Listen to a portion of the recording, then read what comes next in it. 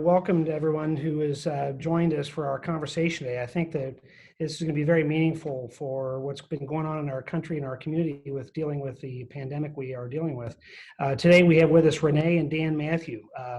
Renee is actually a nurse practitioner, works in an ER, local ER, and Dan Mathew is the Kenton County Director of our 911 dispatch operation, emergency communications, and also retired fire chief of Covington. And so their lives are about community health and have been public servants for a long time. So what we're going to do is just jump right into Renee's story. Renee has, thank God, gotten through suffering with COVID-19. So she is going to share her story with us today. And I just want to thank you both for sharing this with us, first of all, and being so open about it. So Renee, I'm going to turn it over to you. And if you could let us know, you got sick, how did it start, and how did you get through it all? Well, me and Dan got sick around the same time. It was on a Wednesday evening, Started with just kind of feeling body aches, just not feeling well overall. Felt like I may have had a fever, but I didn't really feel like it was a high fever. We laid down in bed that night, and then during the night, we both spiked high fevers.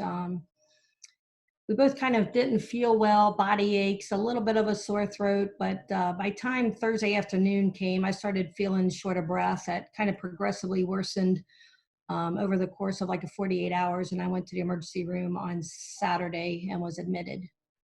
And so you going to the emergency room, that process alone, and Dan has shared with me that, can you take us through that process, Dan, when you knew that she needed to go to the emergency room and how that transition happened and the emotional change there? Absolutely. Fortunately for us, we have lots of friends in the medical field, and so we could reach out to them and ask questions. And when Renee she was just not able to even get out of bed without getting extremely short of breath, and her oxygen saturation were down in the high 80s just laying in bed, which is clearly not normal. And so we reached out to some of her friends, some of the providers, and they suggested we take her to the ER. And of course, I was sick too, and so we did our best to get ready, climbed in the truck, and I literally dropped her off at the emergency room entrance because, the protocols that are in place, not having visitors in the hospitals and the ER, completely understand. But kind of emotional, you just drop your loved one off at the door. And fortunately for, FaceTime, we were able to talk to one another and see each other. But I dropped her off on Saturday, and I picked her up the following Saturday, and that was kind of the last I saw her. It was very, pretty emotional. Mm-hmm. In the time that you were at the hospital, Renee, thankfully you said you did not go on a vent, but can you take us through what, how sick were you, and how did you really feel? And a lot of people might be saying, well, it's like the flu or something, and you're just going to get through it. Can you walk us through a little bit? Well, I do think that on Wednesday, when I started getting sick, I do feel like it was kind of the flu, feverish and body aches. It was the shortness of breath that kind of creeped in on Thursday night, and that kind of had me concerned. When I originally went into the hospital on Saturday, my oxygen saturation was staying in the low 90s at that point on 2 liters, but over the next 48 hours, it started dropping again, and my oxygen requirements started increasing. So that was a little scary for a while, but on Monday evening, I think I kind of topped out. Tuesday, I started getting better, and then it was kind of a downward slide from that. I do think that a lot of people have asked me about the scariest symptom, I guess I should say. It was suffocating. That's the best way I could describe it. I felt like my lungs were only working at about 20%. I couldn't speak, I couldn't eat, because any type of halfway normal breath that I would try to inhale would send this like ice cold sensation that would just kind of ripple through my lungs, and almost felt like it just would paralyze them. And then that's when you would just suffocate. So if I laid real still, didn't speak, didn't eat, and then took very small wispy breaths, it was about the only kind of help that I could get, I guess I should say.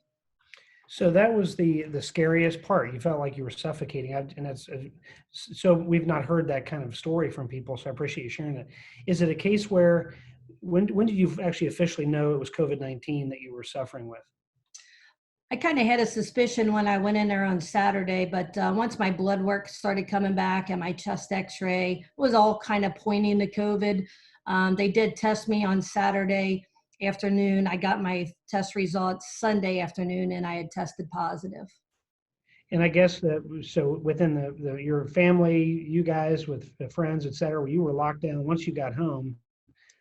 Was there a process there that you were informed by the hospital to say, hey, when you go home, you're going to have to be isolated, or walk us through that a little bit? Well, I was hospitalized for 7 days. On my last day of hospitalization, I tested negative, which was good. They let me go home, but we stayed in quarantine another 7 days. We didn't necessarily need to stay in quarantine the 7 days with the negative test, but we just felt like it was the best thing to do. We didn't have anybody come over, and we stayed here. Well, and right now, everyone's talking about, well, it's or potentially saying that let's take different actions that we're doing now. Do you feel different about the disease today than you did a month ago at all? Has that changed at all? I hate to admit it, but yeah, I think that when all this started coming, as a provider, I kind of knew that, you read stories. Initially, it was kind of like, oh, it was more the flu, but then you start reading the stories coming out of Seattle and Italy, and it was like, okay, this is really hitting older people heavily.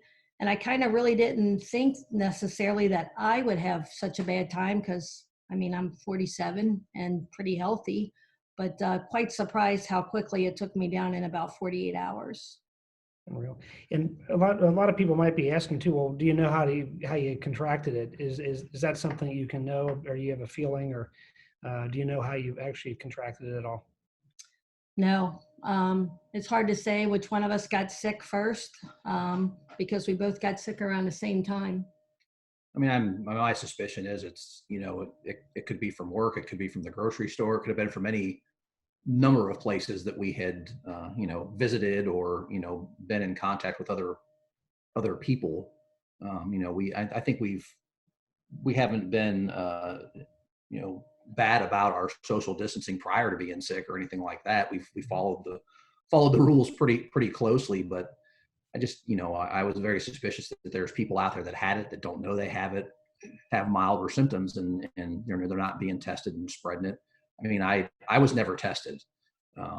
Infectious disease doctor called to let me know that she was positive, and just said, you have all the symptoms, you're staying home. Unless you need to come to the hospital, you're not allowed to go anywhere, for 14 days. And we didn't. And even when she came home, physically, we just weren't able, because, it wasn't like she was miraculously better by any means. It was, she came home from the hospital, we were both still short of breath, still exhausted, still, just not wanting to really do much of anything.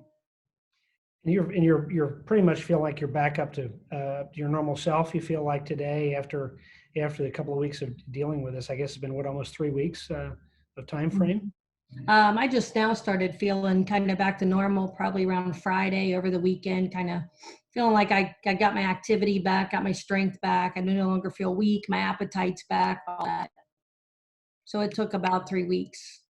And when you think about it, any recommendation to neighbors, friends, the community as a whole? You both have essentially been taking care of people for your entire professional lives, right? We should listen to your advice if you're giving it. What kind of advice would you be giving the rest of the community about dealing with COVID right now? Well, I guess I'd say I know that they're going to start opening up things, I think slowly but surely, but just really letting people know that don't think it's not going to happen to you. Don't think that if it does happen to you that, oh, it's only going to be a mild flu. It hits everybody differently. So I think it's important to consider that we need to continue social distancing, good hand washing, be really vigilant. If you do start getting sick, quarantine yourself. Don't risk, exposing family members, especially ones that have health issues or elderly, and really protecting that population of people. Right. Yeah, absolutely. I'd say absolutely. The virus is real. It's dangerous for people with, health issues, for the elderly, like Renee said, the elderly, and it's just not worth risking other people's health and well-being, for your, possibly selfish motivations. It was a scary few days, and so it's definitely worth paying attention to what you're being told to do. Well, I can share with you that everybody I know at the county and around the area was thrilled that you're all back to normal almost, and that we really appreciate you sharing the story. I know you had some interviews and that with some newspapers and whatnot, and that was great. You guys being willing to share this is huge. So I really appreciate it. Before we wrap up, is there any other message you would want to share with the community about this at all that would help them in making decisions over the next week or two, in addition to just taking it seriously and kind of walking before we run in terms of opening everything up back up, but being safe about it? But any other thoughts you might have? I think the hardest part, just to reiterate, is just how isolated and alone, especially people that are in a hospital, which, it's warranted, but it's a very scary time. I also, when I was, in the hospital going through that, thinking of all the people in the nursing homes, that are kind of in the same situation, sort of, where they can't, have their visitors, they can't have their family. So making sure that people reach out to those people and make sure that they know that they're loved. And even if it's just phone calls or cards, just not forgetting about them. That's a great takeaway. Yeah. Dan, I don't know if you have any other thoughts. Yeah, I'm very thankful for everybody reaching out and their prayers and their kind words. And I think it's important that, that kind of community continues. We take care of one another, whether that's a card or a phone call or to people you may or may not know. Renee was receiving Facebook messages from all over the world from people just saying, hey, we're praying for you, and embracing that kind of, I guess you'd call it a new normal of community and kindness that we seem to be experiencing during this time. I think it's a blessing to see. It's truly almost amazing to see it develop and into what it is in this very odd time for everybody. So very thankful for that. Yeah, I will say that I was kind of overwhelmed and very choked up with tears at the support that I got. People reaching out to me that I didn't know. I'm a huge Bengals fan, so I even had some Bengal players send me videos, which was like really made my day. But it is nice to see a community, even though everyone was afraid and terrified, but yet willing to take the time to try to support and pray for me really meant a lot. Well, you guys wrapped up about as well as it could have been wrapped up. So thank you both for the time, and glad to see you healthy. Thanks. All right. Thank you.